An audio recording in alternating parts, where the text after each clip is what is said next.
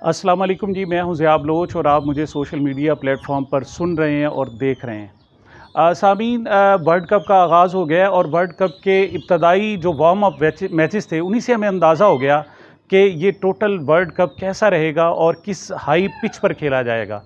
क्यों आम तौर पर जो हमारे वनडे का रन्स होते हैं, मजमूई रन्स होते हैं, वो तकरीबन 300 के बराबर होते हैं। लेकिन ये वर्ल्ड कप ऐसे अब माहौल में खेला जा रहा है कि 350 रन्स बनाने वाली टीम भी बड़ी आसानी से हार जाती है और दूसरी टीम 42-45 ओवरों में जाकर वो स्कोर पूरा कर लेती है। तो उससे हमें अंदाज़ा होता है कि इसमें बहुत ज़्यादा हाई रन्स बनाना होंगे और बड़ी इनिंग्स खेलना होंगी, तभी सर्वाइव किया जा सकेगा, वरना नहीं किया जा सकेगा।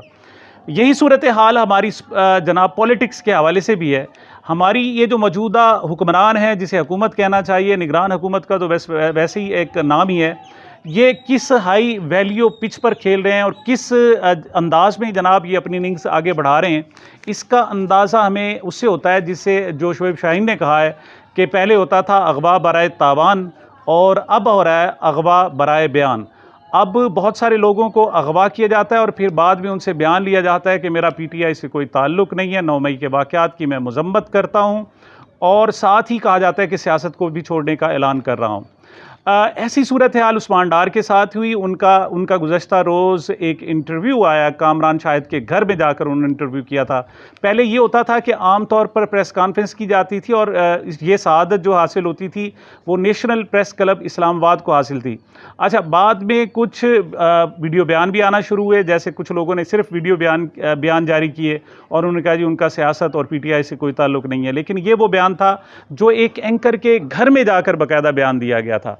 अब जनाब ये मामला चल ही रहा था कि जनाब फैसल वोडा साहब ने, जो बहुत पहले ही राय रास्त पर आ चुके थे, उन्होंने एक खुशखबरी सुनाई और उन्होंने कहा है जी कि उस्मान डार के बाद फ़र्रुख हबीब साहब और सदाकत अली अब्बासी साहब भी राह रास्त पर आने वाले हैं। फ़र्रुख हबीब का ताल्लुक़ फैसलाबाद से है और दूसरी तरफ जो सदाकत अली अब्बासी हैं उनका ताल्लुक़ रावलपिंडी से है।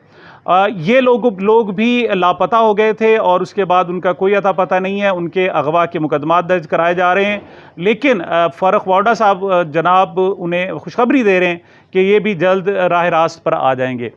आप इसी से अंदाज़ा लगा सकते हैं कि हमारी जो हुकूमत है, हमारे हुक्मरान हैं, वो किस अंदाज़ में चल रहे हैं।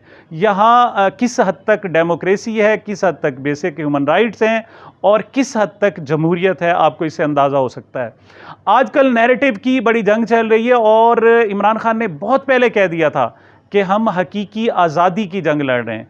अब आपको हमें अंदाज़ा होता है कि वाकई वो हकीकी आज़ादी की जंग थी। यहाँ पर लोग अगरचे एक आज़ाद मुल्क में रहते हैं और दावा करते हैं कि वो आज़ाद मुल्क में हैं, लेकिन उनके ह्यूमन राइट्स नहीं है, उन्हें बोलने की आज़ादी नहीं है, उन्हें अपने इंतखाब की आज़ादी नहीं है, उन्हें अपने नुमाइंदे मुंतखब करने की आज़ादी नहीं है, उन्हें अपने अंदाज में जीने की आज़ादी नहीं है, उन्हें अपने अंदाज में कहीं अपनी पसंदीदा जगह पर जाने की भी आज़ादी नहीं है।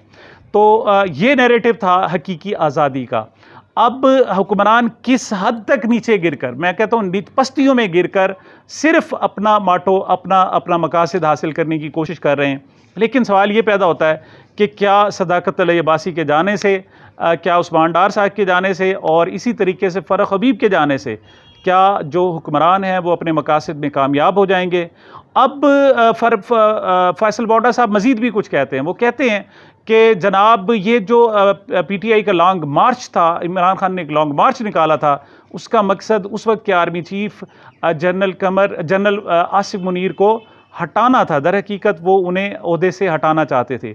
मज़ीद उन्होंने कहा है कि ये जो रेफरेंस लाया गया था जस्टिस काजी फ़ाइज़ ईसा के ख़िलाफ़, उसका भी मकसद था कि जस्टिस काजी फ़ाइज़ ईसा साहब चीफ़ जस्टिस ना बन सकें। लेकिन वो कहते हैं जी वो नामुराद हुए, उनकी मुरादें पूरी नहीं हुई। जस्टिस आसिफ मुनीर साहब इस वक्त आर्मी चीफ़ हैं और जस्टिस काजी फ़ाइज़ ईसा साहब इस वक्त चीफ़ जस्टिस ऑफ पाकिस्तान हैं। उन्होंने कहा कि दोनों कौम के हीरो हैं और ये जनाब बहुत अच्छा खेलेंगे, बहुत अच्छे अंदाज में खेलेंगे। उन्होंने साथ गुज़श्ता रोज़ एक प्रोग्राम में ये भी दावा किया कि जो आइंदा इलेक्शन उन्हें नज़र आ रहे हैं, जो जनवरी में बिल्कुल उन्हें नज़र नहीं आ रहे, लेकिन इलेक्शन जब भी होंगे उसमें पीटीआई नहीं होगी, बल्ले का निशान नहीं होगा और इमरान खान नहीं होगा उसमें। तो इस सतह पर खेला जा रहा है। लेकिन बात सिर्फ यहीं ख़त्म नहीं होती, बल्कि इमरान खान को तोड़ने के लिए कुछ मज़ीद हरबे भी इस्तेमाल किए जा रहे हैं। उनका अंदाज़ा आप इस तरह से लगाएं कि कोशिश की जा रही है कि इमरान खान तो चूँकि जेल में हैं, अब उनके बाद जो उनकी अहलिया बुशरा बीबी हैं और उनकी जो बहनें हैं उस्मा खान और दीगर जो बहनें हैं, उनको आपस में लड़ाया जाए, ये भी बड़ी ख्वाहिश ज़ाहिर की जा रही है। इस हवाले से बहुत सारी बातें की जा रही हैं और ख़ास तौर पर एक प्रोग्राम कराया गया है मंसूर अली ख़ान साहब से, और उन्होंने ये बाकायदा क्वेश्चन रेज़ किया है, सवाल उठाया है कि आखिर क्या वजह है कि एक इमरान खान की अहलिया हैं और 2 या 3 बहनें हैं, वो जब भी इमरान खान से मिलने के लिए आती हैं, प्रेस कॉन्फ्रेंस करती हैं, हाई कोर्ट में जाती हैं या दीगर, तो वो इकट्ठी क्यों नहीं होती, वो अलग-अलग क्यों होती हैं, वो सफ़र अलग-अलग क्यों करती हैं, वो रहती अलग-अलग क्यों हैं, ये सवाल उठाया जा रहा है। तो इससे उन्होंने ये ज़ाहिर करने की कोशिश की है कि उनके आपस में उनकी नहीं बनती, बल्कि उनके आपस में इख्तलाफात हैं, और इससे आप ये अंदाज़ा कर लें कि मज़ीद अगर इख्तलाफात नहीं भी हैं तो उनको मज़ीद गहरा करने की कोशिश की जा रही है। दूसरी तरफ मैं समझता हूँ कि इमरान खान की जो बहन है उन्होंने ख़ास तौर पर एक नया स्टांस लिया है, और इससे पहले ये एक्सपेक्ट नहीं किया जा सकता था। वो आम तौर पर घरेलू ख़वातीन थी और वो सियासत में बिल्कुल कोई उनका अमल दखल नहीं था, बल्कि उन्होंने कहा था कि वो इवन इमरान खान की गिरफ़्तारी के बाद भी उनका PTI से कोई ताल्लुक़ नहीं है, बल्कि वो सिर्फ़ अपने भाई के साथ खड़ी हैं और खड़ी रहेंगी। जब भी जहाँ भी उन्हें ज़रूरत हुई वो अपने भाई के लिए मैदान में आएंगी। इस हवाले से जनाब देखा जाए तो उस्मा खान साहिबा ने बाकायदा मीडिया से गुफ्तगू भी की है, जिसमें उन्होंने ख़ास तौर पर बताया कि इमरान खान साहब सदर आरिफ अलवी साहब से खुश नहीं हैं, और ख़ास तौर पर उन्हें बड़ा दुख है कि आरिफ अलवी साहब ने इलेक्शन की डेट नहीं दी। अपना ख़त में गोल मोल सा उन्होंने ख़त लिखा और सही तरीके से अपना रोल परफॉर्म नहीं किया। उसी में उन्होंने मज़ीद कहा है, उन्होंने कहा जी चूँकि मैंने अब डोनाल्ड लू का नाम ले लिया है, लिहाजा अब मेरी तो गिरफ़्तारी बनती है।